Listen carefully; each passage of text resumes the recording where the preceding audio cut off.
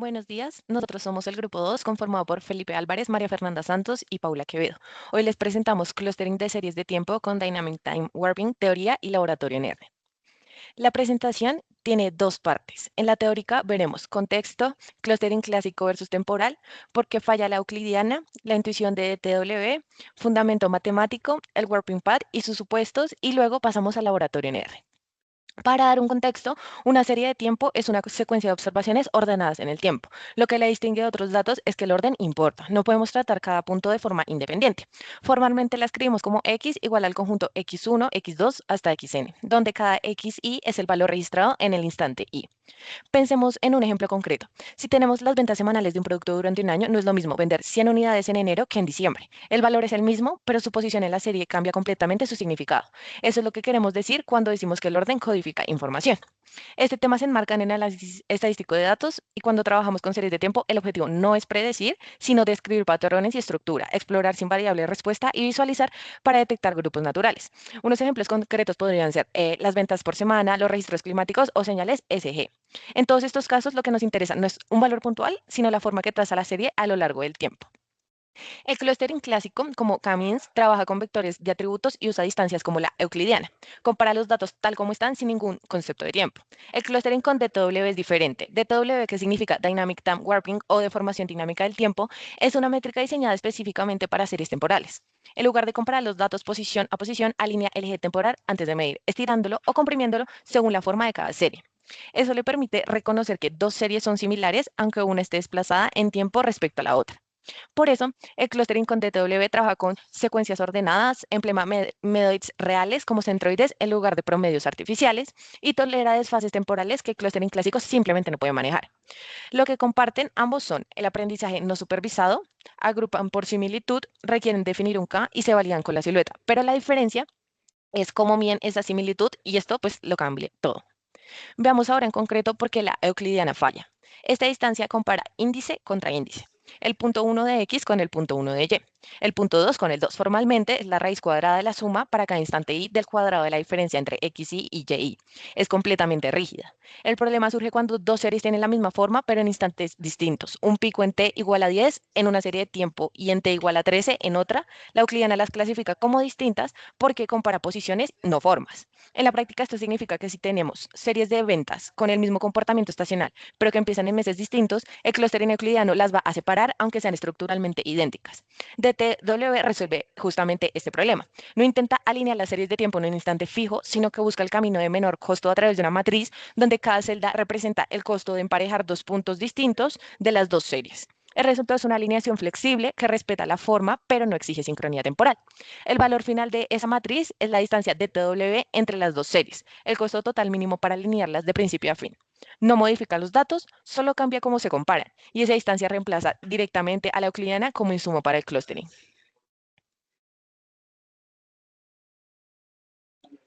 Listo, seguimos con la parte de la intuición. Listo, arranquemos con una situación concreta. Imagínense dos tiendas que lanzan exactamente la misma promoción en la misma semana.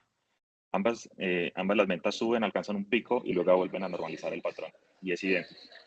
Pero hay una diferencia. En la primera tienda ocurre el pico en la semana 10 y en la segunda ocurre el pico 3 semanas después, es decir, 3 semanas de diferencia. Entonces, si usamos la distancia euclidiana para compararlos, lo que hace el algoritmo es comparar la semana 10 contra la semana 10, semana 11 contra la semana 11 y así para cada uno de los puntos. Los picos no coinciden y concluye que las series son diferentes.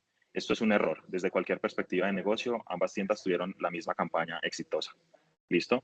Entonces, para poder resolver esto, digamos que nos ayuda mucho el DTW, que básicamente lo que hace es que responde a esto estirando y comprime el eje temporal durante la comparación. Es decir, puede alinear el pico de la semana 10 con el pico de la semana 13 y reconocer que representan el mismo fenómeno. Un punto importante y es que acá la serie de tiempo no toca los datos, es decir, los valores observados permanecen exactamente igual. Lo único que cambian es la regla de comparación y su resultado final es un número, una distancia, donde menor distancia significa mayor similitud de forma. Vamos a ver un poco todo el tema de fundamentos matemáticos. Entonces, ahora vemos cómo se estructura esta alineación óptima. ¿Listo? Da dos series de tiempo, dos series X y Y. Constituye una matriz de costos acumulados. Cada celda de esta matriz la llamamos como D, entre paréntesis, I, J, que representan una respuesta a esta pregunta. ¿Cuál es el costo mínimo de alinear los primeros puntos I de X con los puntos J de Y? El costo local entre los dos puntos individuales es simple, la diferencia cuadrado entre XI y YJ, pero el costo acumulado de cada celda depende de los tres pasos desde los que los podemos llegar a ella. Desde cualquier celda I, J podemos haber venido de tres lugares, arriba de I, que significa que avanzamos en X, pero nos quedamos en Y a la izquierda, que significa lo contrario. El algoritmo elige siempre qué camino tomar el menor costo adecuado. Es exactamente la recurrencia que ven en pantalla. Para alinear un poco, para que la alineación tenga sentido temporal, imprime tres reglas. La primera, monoticidad. Los índices solo avanzan, nunca retroceden. Segunda, continuidad. No se pueden saltar observaciones, solo pasan adyacentes. Y la tercera, condición de borde. El camino empieza en D1,1 y termina en Dm,n, cubriendo ambas series completas.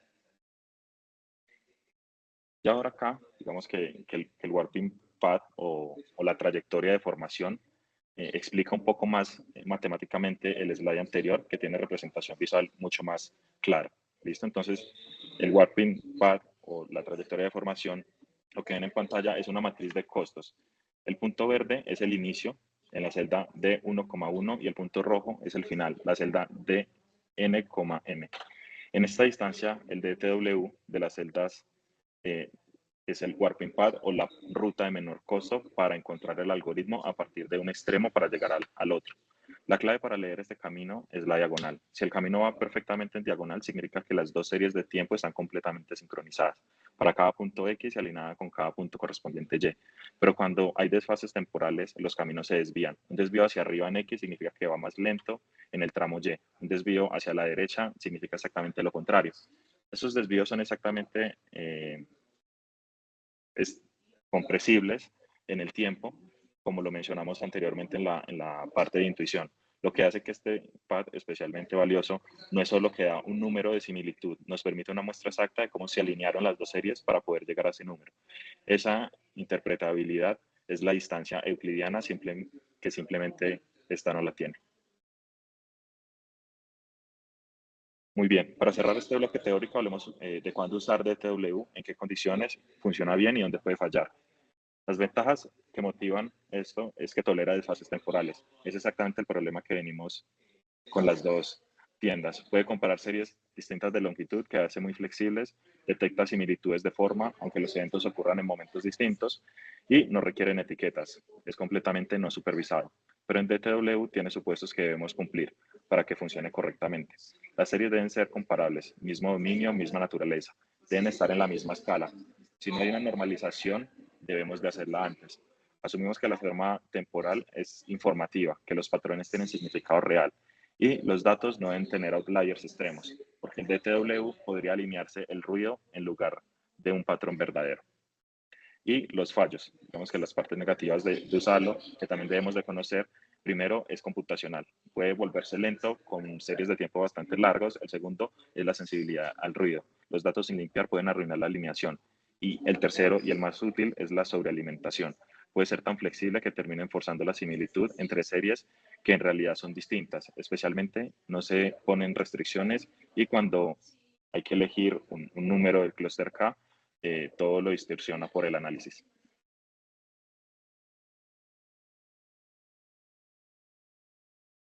Bueno, entonces ahora pasamos a la parte práctica del trabajo, donde aplicamos el clustering de series de tiempo con DTW-NR. ¿Listo? En este caso, vamos a seguir el ciclo que mostramos en pantalla: generar, visualizar, comparar, ajustar, validar. Vamos a interpretar también los datos. Podemos mostrar acá también en la pantalla los paquetes que usamos en R. Bueno, como paso 1, primero se generaron 30 series de tiempo simuladas cada una con 60 puntos. La idea fue construir tres patrones principales: series crecientes, series decrecientes y series con comportamiento tipo onda. Además, para hacerlo más parecido a un caso real, se agregó ruido aleatorio y desplazamientos en el tiempo. Esto es porque justamente DTW es útil cuando las series tienen una forma similar, pero no están perfectamente alineadas en el tiempo. Viendo acá la siguiente diapositiva de series simuladas, en la simulación se observan estos tres grupos reales. Las series crecientes suben, las decrecientes bajan y las ondas tienen un comportamiento cíclico. Pero lo más importante o lo más interesante está en las series tipo onda, porque algunas están adelantadas o atrasadas respecto a otras. Entonces, aunque visualmente pertenecen al mismo patrón, una distancia tradicional podría no reconocerlas bien. Sí, como mencionaba anteriormente mi compañero, digamos que si usáramos la euclidiana, ¿qué pasaría? Eh, por esta razón hicimos una comparación inicial con la distancia euclidiana. Esta distancia compara punto contra punto, es decir, el valor en el tiempo uno contra el tiempo uno, el tiempo 2 contra el tiempo 2 y así sucesivamente. El problema es que si dos series tienen el mismo pico, pero en momentos diferentes, la distancia euclidiana las puede considerar distintas. En el dendrograma se evidencia esa limitación, como podemos ver ahí. La agrupación puede verse afectada por el desfase temporal y no solamente por la forma de la serie. Pasando al ajuste del modelo con DTW usando la función tsclust del paquete DTWClust. En este caso se utilizó clustering particional con k igual a 3, distancia DTW basic y centroide tipo PAM. El valor de k se eligió inicialmente porque pues sabemos que los datos simulados tenían tres patrones, pero más adelante se valida con la silueta para ver también el k óptimo. La ventaja de usar DTW es que permite alinear las series antes de calcular la distancia. Y la ventaja de PAM es que el centroide es una serie real del conjunto, no un promedio artificial. ¿Listo? Con respecto al output del modelo, podemos ver las salidas. La salida del modelo se observa en el algoritmo, converge rápidamente después de 3 iteraciones y ya no habrían cambios. Esto coincide con la estructura original de los datos porque habíamos creado 10 series crecientes, 10 de onda y 10 decrecientes. Viendo la tabla de cruzada, podemos ver que después de validar los resultados con una tabla en el grupo real y el clúster asignado por DTW, esta tabla es clave porque muestra que el método recuperó correctamente los tres patrones. Las crecientes quedaron juntas, las decrecientes quedaron juntas y el agrupamiento coincide con los grupos simulados. En la visualización por clúster ya no se muestran las series según la etiqueta original, sino según lo que encontró el algoritmo. Ahí se confirma visualmente que el clúster 1 representa las series decrecientes, el 2 las ondas y el 3 las crecientes, perdón. Esta parte es importante porque es un problema real. Normalmente en el problema real no tendríamos etiquetas previas, entonces la interpretación visual ayuda a darle significado a cada grupo. También en esta parte mostramos los medoids o los centroides PAM. En este caso, cada centroide es una serie real que representa a su clúster. Esto facilita la explicación del resultado porque se puede decir, este es el comportamiento típico del grupo. Por ejemplo, un medoid representa el patrón decreciente, otro el ondulatorio y otro el decreciente. Em, en esta partecita del coeficiente de silueta, después evaluamos el modelo, digamos que con la silueta mide qué tan bien ubicada está cada serie dentro de su clúster. Valores cercanos a 1 indican buena separación, valores cercanos a 0 indican solapamiento y valores negativos pueden indicar mala asignación. En nuestro caso, la silueta promedio fue aproximadamente 0,79, como podemos ver, lo cual indica una buena separación entre los grupos. El clúster de onda tuvo una silueta un poco menor y eso tiene un sentido porque las ondas tienen más variabilidad por las desfases. Con respecto bueno, digamos que ya finalmente se compararon varios valores de K desde 2 hasta el 6. Esto se hace porque en un caso real no siempre sabemos cuántos grupos existen. Al revisar la silueta promedio, el mejor resultado se obtuvo con K igual a 3, que coincide tal cual con la estructura real de los datos. Cuando se usan más clusters, la silueta disminuye porque el modelo empieza a fragmentar grupos que ya estaban bien definidos. Entonces, como conclusión de esta parte práctica, DTW permitió agrupar las series según su forma temporal y no solamente por comparación punto a punto. El modelo identificó correctamente los patrones creciente, decreciente y ondulatorio y la silueta confirmó que 3 clusters era una buena elección. Por eso, DTW resulta muy útil cuando las series pueden estar desfasadas, pero conservan un comportamiento similar. Para cerrar, tenemos 5 conclusiones. La primera es que DTW extiende el análisis estadístico de datos al dominio temporal.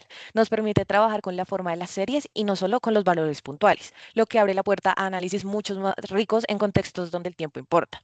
La segunda es que la programación dinámica garantiza una alineación óptima entre cada par de series, sin importar si estas están desfasadas o tienen velocidades distintas. No es una heurística, es una solución exacta al problema de alineación. El tercero es que usar tsclust con PAM nos da clústeres interpretables. Cada centroide es una serie real del conjunto, más no un promedio artificial. Esto facilita enormemente explicar los resultados a una audiencia no técnica. El cuarto es que el coeficiente de silueta de 0.79 validó estadísticamente que K igual a 3 es la participación correcta. No asumimos el número de grupos por los datos simulados, sino lo confirmamos con evidencia. Y por último, y el más importante, que interpretar pues es más valioso que calcular. No basta con obtener los clústeres, hay que nombrarlos, entenderlos y conectarlos con el problema real. Un modelo sin interpretación es solo aritmética. Muchas gracias.